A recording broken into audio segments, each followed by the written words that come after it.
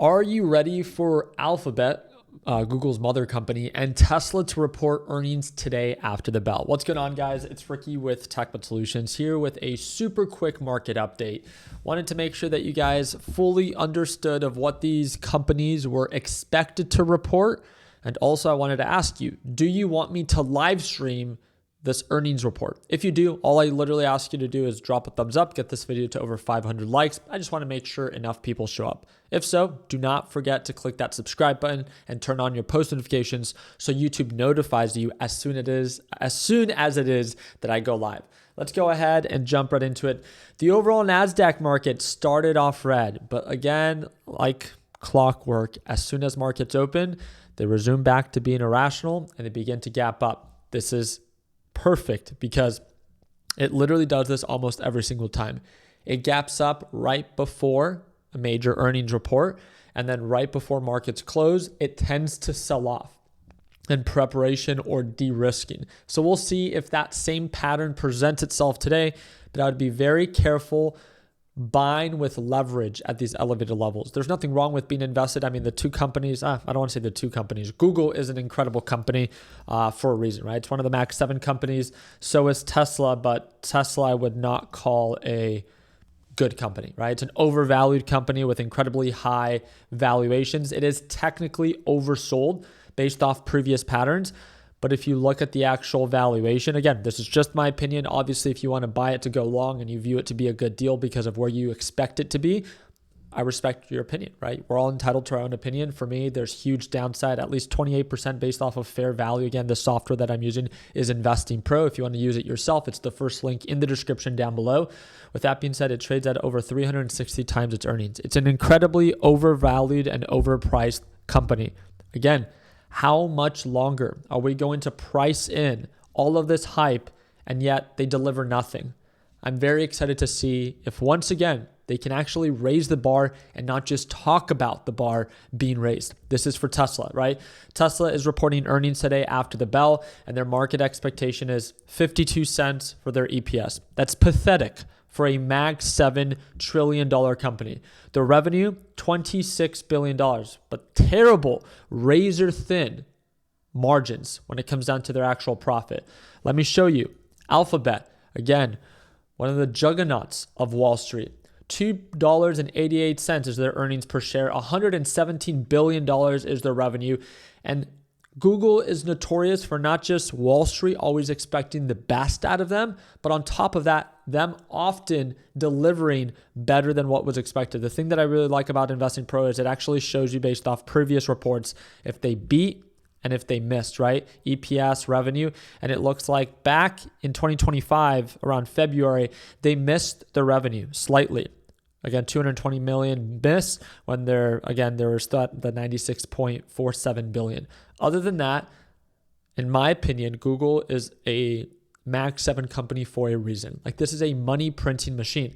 Now, that doesn't always mean that the market reacts in a positive way when the company beats earnings. Because remember, Wall Street likes to get ahead of themselves.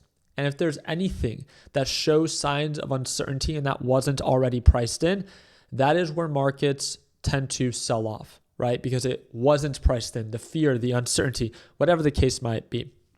As you can see, based off of the 9 previous earning reports, 3 of them reacted in a negative way. What is that? 6 of them reacted in a positive way. If you're a beginner, I would not trade earnings. It's more volatile. It's incredibly risky.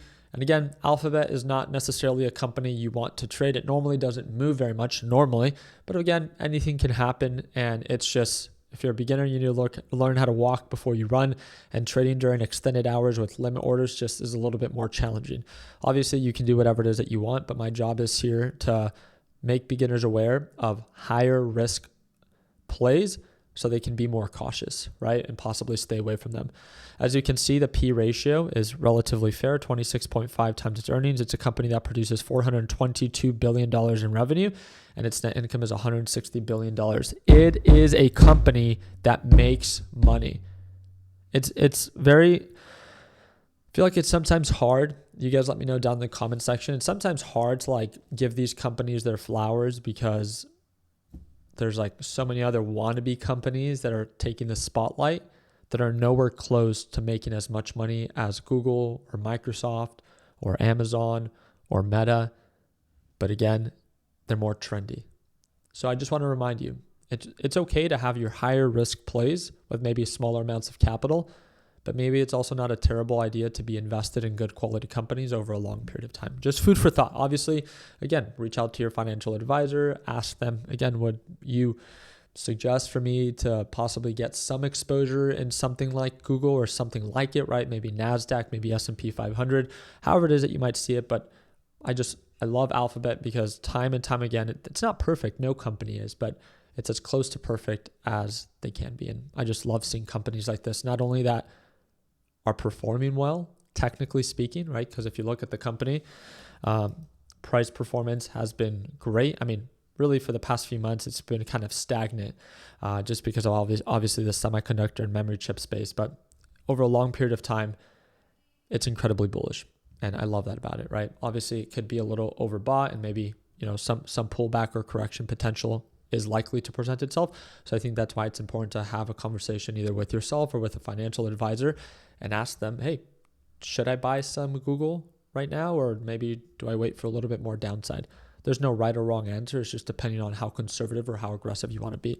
The other one that I quickly wanted to bring up is ServiceNow. I mean, there's IBM also reporting earnings today after the bell, but not a lot of people talk about ServiceNow. And the reason why is they used to talk about it. They used to try to shove it down your throat.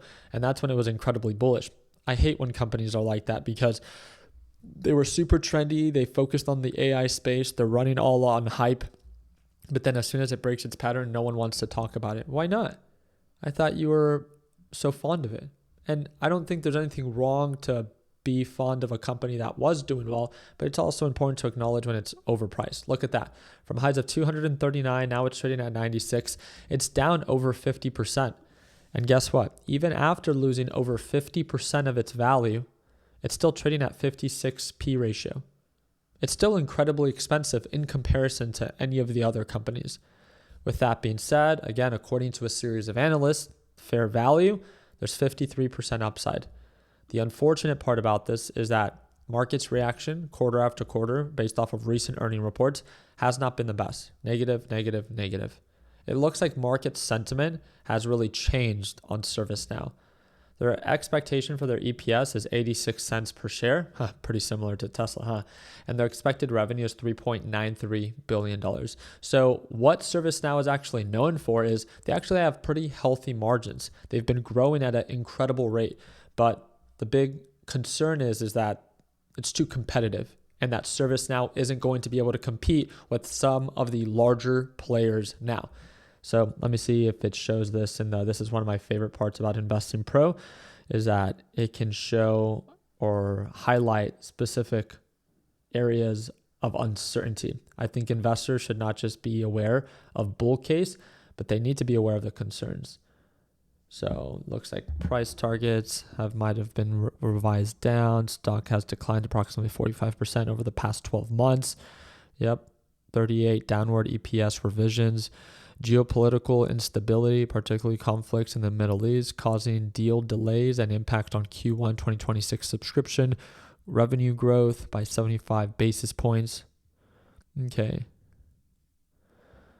Cash flow margins, 20 basis points. The risk of seat compression where generative AI resolves IT tickets autonomously.